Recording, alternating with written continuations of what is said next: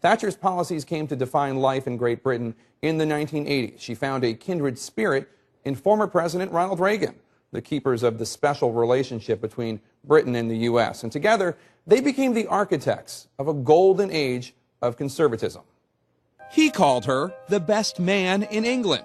She called him the second most important man in my life. Ronald Reagan and Margaret Thatcher, the former movie star and the grocer's daughter, the odd couple who formed one of the most important political marriages of the 20th century. Mr. President, Henry David Thoreau once said that it takes two to speak the truth, one to speak and another to hear.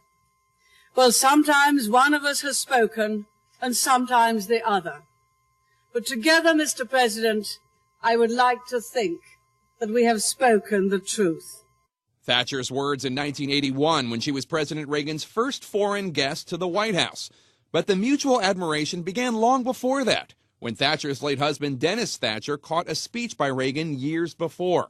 In 1975, Thatcher welcomed Reagan to London after she was elected head of the Conservative Party. In 1980, when Reagan was picking his vice presidential nominee, he wrote in a letter to a supporter, quote, "I have thought about the idea of a woman for vice president, but have to tell you polls we've taken indicate that the people aren't quite ready for that.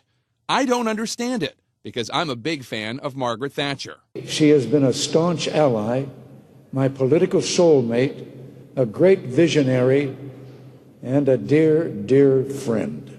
Both were resolute anti-communists who rose to power in the heart of the Cold War. Both were beacons of the political right, whose economic policies caused division even today. What Americans called Reaganomics, fewer regulations, smaller government, lower taxes, was virtually synonymous with another word among the Brits, Thatcherism.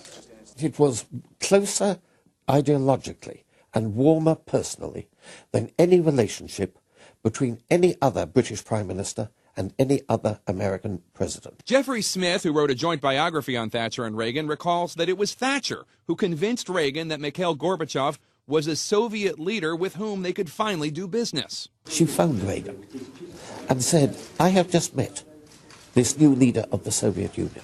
He is unlike any other leader of the Soviet Union." Still, Thatcher ended up sitting next to Gorbachev at Reagan's funeral in 2004. By then, she was suffering serious health problems of her own, but she would not be denied the chance to eulogize her friend and counterpart on videotape.